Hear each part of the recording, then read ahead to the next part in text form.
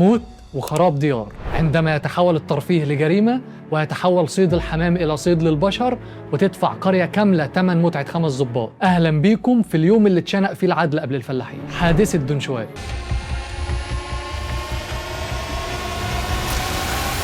يوم الأربعاء 13/6/1906 وبعد مرور 24 سنة من الاحتلال الإنجليزي المصري، يقرر 5 ضباط إنجليز إنهم يغيروا جو ويروحوا يصطادوا حمام، وبالفعل بدأوا يتحركوا للمنوفية وبالتحديد قرية دنشواي. قرية هادية الفلاحين فيها عايشين على القمح وتربية الحمام اللي كان مصدر أكلهم ورزقهم، وبدأ الضباط الإنجليز يستعدوا لإطلاق أول طلقة واصطياد أول حمامة. وفي الوقت ده يحذرهم واحد من كبار قرية دنشواي، الشيخ حسن علي محفوظ. بتعمل ايه يا خواجه منك ليه؟ يخرب بيت ابوكوا هتولعوا في الجرن وهتموتوا الناس. وبالفعل ما فوتولوش كلمه، وتخرج اول رصاصه عشان تجيب اجل مبروكه مرات مؤذن الجامع وتولع في الجرن.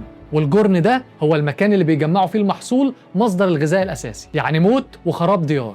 وهنا يطلع يجري جوز مبروكه الشيخ محمد عبد النبي ويصوت: الخواجه قتل المره وولع في الجرن، الخواجه قتل المره وولع في الجرن. فالبلد كلها تتلم، وعمده البلد يسمع بالحوار فيبعت بسرعه شيخ الغفر عشان يلم الدنيا ويمنع اي اشتباك. واول ما وصل شيخ الغفر الانجليز افتكروا انه جاي يشتبك معاهم، فضربوه عيار جابوا اجله، عشان تتحول رحله الترفيه من مجرد صيد حمام لرحله دم وصيد للبشر. وهنا اهل القريه مسكوا 3 ضباط من ال5 كلوهم علقه بالنبابيت، وهرب 2: طبيب المعسكر والكابتن بول.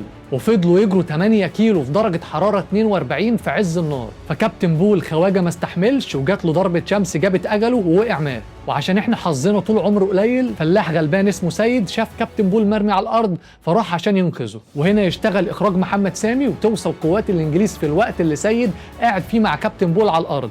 واول ما شافوه افتكروا ان هو اللي قتله فقتلوه. وهنا ما يكفيش الانجليز كل اللي عملوه، لا ده كمان عايزين حق الضابط اللي مات بضربه شمس. فقبضوا على عدد كبير من الفلاحين عشان يتقدموا المحاكمه اللي اصلا كان متاخد فيها الحكم ومتعلق فيها المشانق قبل ما تتم. وبالفعل اتحكم على 4 من الفلاحين بالاعدام، وشويه من الباقيين اتحكم عليهم بالسجن والجلد والاعمال الشاقه. وعشان الانجليز حنينين قرروا ان الشنق والجلد يبقى قدام اهالي المحكوم عليهم، كله هيتشنق ويتجلد قدام اهله مش قدام حد غريب.